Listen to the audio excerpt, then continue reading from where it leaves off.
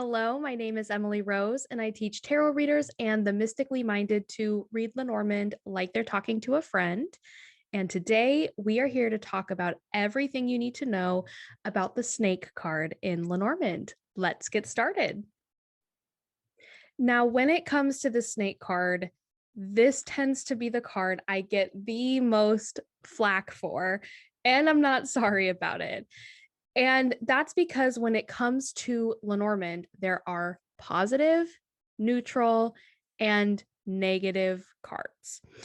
And although there can be nuance to this depending on the context, of course, in Lenormand, context is everything. You really want to look at the question, and that's going to help you interpret the cards.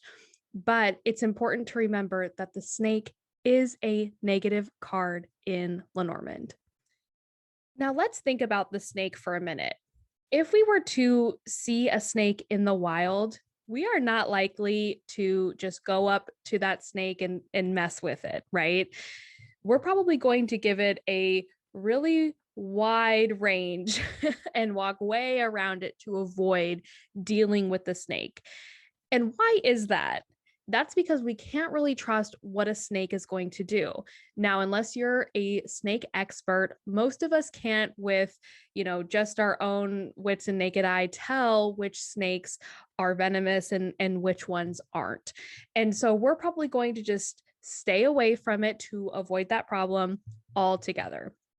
Now, on the flip side of that, you may be walking through a beautiful field and looking all around, and then you look down and realize you just stepped on a snake that might bite you, a snake in the grass. Now, when it comes to reading Lenormand, you can kind of look at both of these scenarios when it comes to interpreting it. On one hand, you might see a problem coming in a reading. You may be able to see the snake there, recognize a problem, recognize that there is something else, something potentially negative going on there. On the other hand, you might find that there's a positive card and then the snake modifying it. And a lot of times when that's the case, it's saying things aren't as they seem. It's kind of like the meadow and you happen to step on the snake. So it's saying, look a little closer, maybe don't trust what meets your eye right away.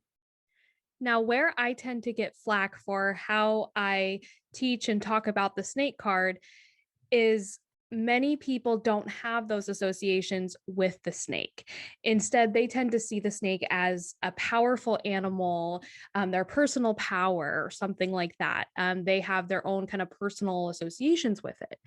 And that's perfectly fine if you're reading tarot or an oracle deck or something like that. Or if you're treating Lenormand like an oracle and you're not really following the system of it, then by all means, personal power yourself away when it comes to the snake. But if we are sticking with how to read Lenormand in terms of, tradition, then we need to see it as a negative card in almost any situation. We're going to talk about some contexts that have some slight exceptions here coming up. Now, in a love context, the snake almost always means there's some kind of secret being withheld. The whole truth is not out there in the open. And so a lot of times there's more than meets the eye. A lot of people jump right to cheating in that context, but remember, you need evidence. You need more than just the snake card because it could be about something else. So you need other evidentiary cards surrounding that to suggest cheating. Now, if you are in a kind of mundane context when it comes to the snake card, maybe you're looking for a lost object. In those cases, it can literally mean something that looks snaky, like a bracelet or a necklace or something like that. If you are talking about a physical house, it can represent the plumbing. If you're talking about health, it can represent your intestinal tract or something like that because it's snaky, right? So those are kind of some of the exceptions to the snake being negative, right? Is when you ask a really clear question about something very specific and it's describing something. In a daily draw context, the snake can be pretty interesting because what I have found a lot of times is that it's calling me to look at what maybe I'm not being honest about with myself. We all kind of tell ourselves, little lies sometimes. And the snake kind of can point those out. So it can be kind of a helpful card to see, oh, where am I not being fully honest? Can also tell me when to look at others within my vicinity, and maybe look at what I need to look out for the day. And it tends to represent like a problem most of the times in my personal daily draws.